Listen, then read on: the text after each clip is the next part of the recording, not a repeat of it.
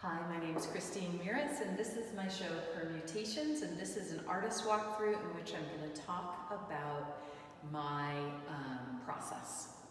So I want to turn now to the pieces Ripple, Flanders Poppy, and Solar. These were some of the first pieces that I made from Bargello needlepoint patterns that I created on graph paper and then laid down on a light table and then painted. I use acrylic ink and a number 8 round brush, and I paint line by line by line, changing the color with each circle out and repeating colors until I'm done. And I had to work on it in such a way that my hand wouldn't drag over certain parts, so it was a process. I started these after the 2016 election, and this was my meditation.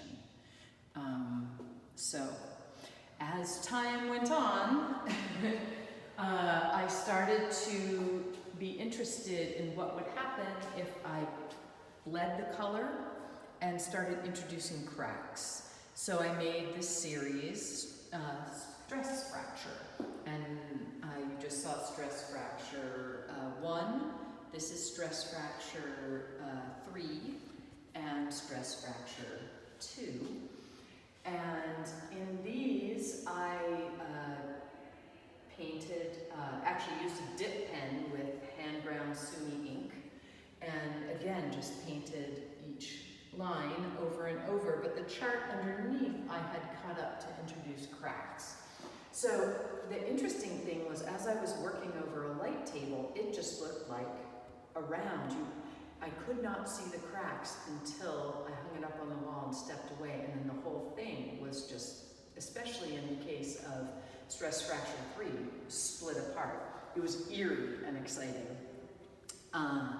And I was just playing with the ideas of breakup of polar ice, of the rips and tears coming into the mandala, which is typically a symbol of mental wholeness and balance. So it was an interesting and kind of exciting exercise, and I was happy with the results. And the final culmination of this series looks like a stress fracture piece, but I call it the Little Island because a piece is in fact now completely broken off, and the island, or the mandala, is clearly falling apart. And the question is that island a broken piece, or is it a rebirth? And that's, kind of my commentary and my hope. So these got kind of bleak, but I began to play around further with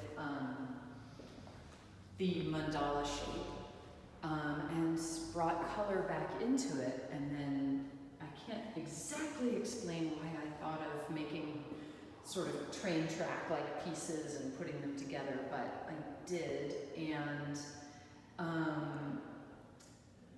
so now we have this body of work. This one is Germ of an Idea. The greenish yellowish based one is called because to me it sort of looks like maybe it's saying that in some strange written language. And the next one is Purple Study. And on the opening wall was Germ of an Idea 2, which is playing kind of from blue to gold. So the idea was just to create these shapes and forms. Are they protozoa? Are they, racetrack loops? What are they? So that is the trajectory of my process. I guess I should talk a little bit about how I would make these pieces on 7 by 7 pieces of paper, and then I would cut them up into 3.5 by 3.5 squares and reassemble them, and then sew them back together. And this was a return to sewing paper, which is something that most of my work is based on or uses a technique that it uses. And this is a 140-pound paper. Again, I was using a number 8 brush, and this is actually in gouache because I liked that chalky opacity that you can get with gouache.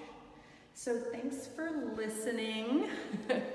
This is it. It's been really fun to make this work and to hang it, and come on down to Mercury 20 if you can, or watch this, you know, well, you just did. Okay, thanks, bye.